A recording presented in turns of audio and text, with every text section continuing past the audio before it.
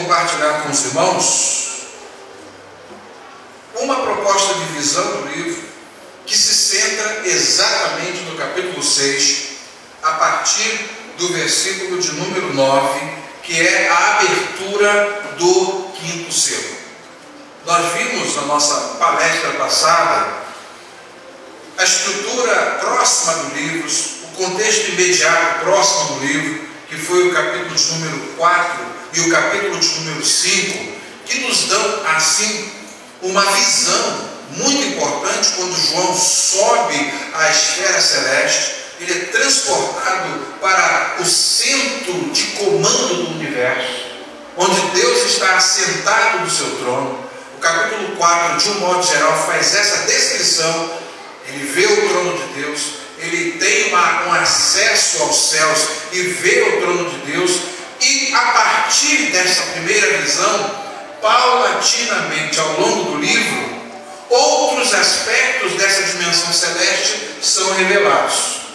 E vimos então que logo em seguida, no capítulo de número 5, há um chamamento, um convite pela presença de um livro que está com um rolo, na visão bíblica aqui dessa época, um rolo como de um pergaminho, com 7 selos à destra, à direita daquele que está sentado no trono.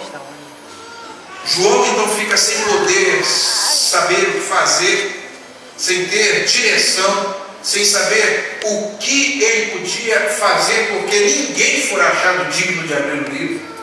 Então a visão dele logo é voltada para o outro aspecto. Vocês observam bem que o termo visão é o termo que é o elemento central do livro.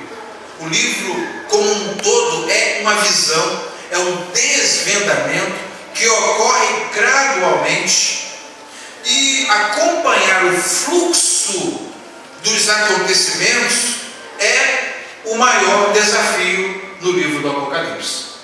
Por quê? Porque o tempo no livro do Apocalipse, conforme eu observo pela leitura geral do livro, e eu convido que você faça isso, é um tempo que avança, volta, avança, volta, avança mais um pouco, volta, e vai desse processo tipo folioide, vai e volta, até o final do livro, quando se dá de fato o desfecho final. E mesmo no desfecho final do livro, no capítulo 22, há uma volta à história num chamado de arrependimento. E então o livro se torna, o primeiro desafio que a gente tem ao ler o livro do Apocalipse é exatamente entender o fluxo cronológico do livro, como o tempo caminha no livro do Apocalipse. Daí então, entendendo esse caminhar do livro, a gente também precisa entender uma outra coisa que é importante: qual é a força motivadora do livro. No final da minha palavra, eu vou dar para vocês a macroestrutura do livro, mas a força motivadora do livro, que é a chave da interpretação do livro e a chave para a interpretação dos eventos que ocorrem a partir do capítulo de número 6, é exatamente a abertura do quinto selo. O quinto selo se torna como que o coração e a mola mestra propulsora dos acontecimentos daí para frente. Outro conceito importante que os irmãos precisam acompanhar: no livro, a partir daí, vai coexistir uma tensão. Dois conceitos vão estarem sempre se relacionados por forma de tensão. O já, quando um evento é narrado e parece que chegou, e de repente você vê, ainda não. Porque no próximo episódio, na próxima cena, outro elemento é introduzido, e aí o tempo parece que dá uma volta e corre paralelamente, e outro aspecto do que fora dito antes é descortinado, ampliando o conceito anterior. E assim o livro caminha até o final. É uma tensão entre o já, você lê aquele trecho e parece, é agora. E de repente vê, ainda não é, porque vem mais outros eventos que são introduzidos. E esses eventos vão até a culminação no final do livro. Daí então, o livro é de fato produto de uma mente prodigiosa. Não podia deixar de ser. Como a Bíblia como um todo, cada vez mais que eu conheço a Bíblia e vejo a sua estrutura, eu percebo que ela só pode ser produto da mente de Deus. E o livro do Apocalipse não é diferente. Por quê? Porque é o clímax dessa revelação de Deus. Sendo o clímax, o ponto máximo, o ápice dessa revelação de Deus, o que ocorre? É ali que está toda a beleza arquitetônica do projeto de Deus na história, com todos os detalhes e escrito de uma forma muito interessante, que é a forma simbólica. O livro é cheio de selos, de símbolos, e esses símbolos já começam como chave para eles. O capítulo de número 1 é o que dá a chave para mostrar o que será o livro.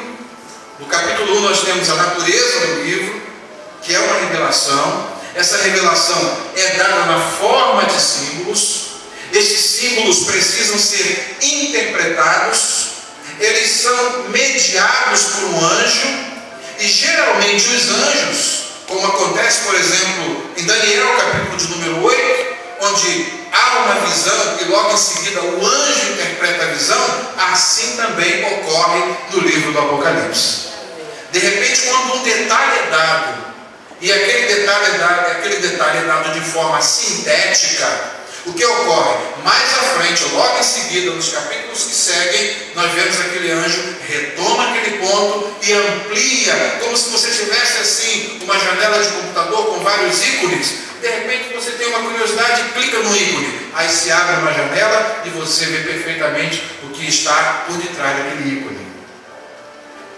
É exatamente assim que o livro caminha.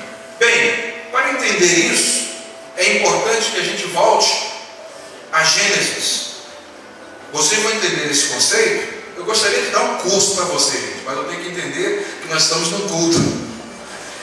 Mas eu gostaria de dar um curso para vocês, para que a gente pudesse ficar meditando nessas coisas ad infinito, com um tempo de sobra. A gente precisava tirar um dia, pastor Márcio. Começar de manhã, parava para o almoço, ia de tarde, e depois, à noite, a gente fechava e dava um pulo. Acho que seria bem melhor. Mas como entender esse vai e vem? Como entender esse vai e vem? Esse vai e vem é importante que você começa o livro de Gênesis. Abra sua Bíblia no livro de Gênesis. Tá? Livro de Gênesis, capítulo de número 1. E você vai ver, o capítulo de número 1 é um capítulo que tem a seguinte estrutura.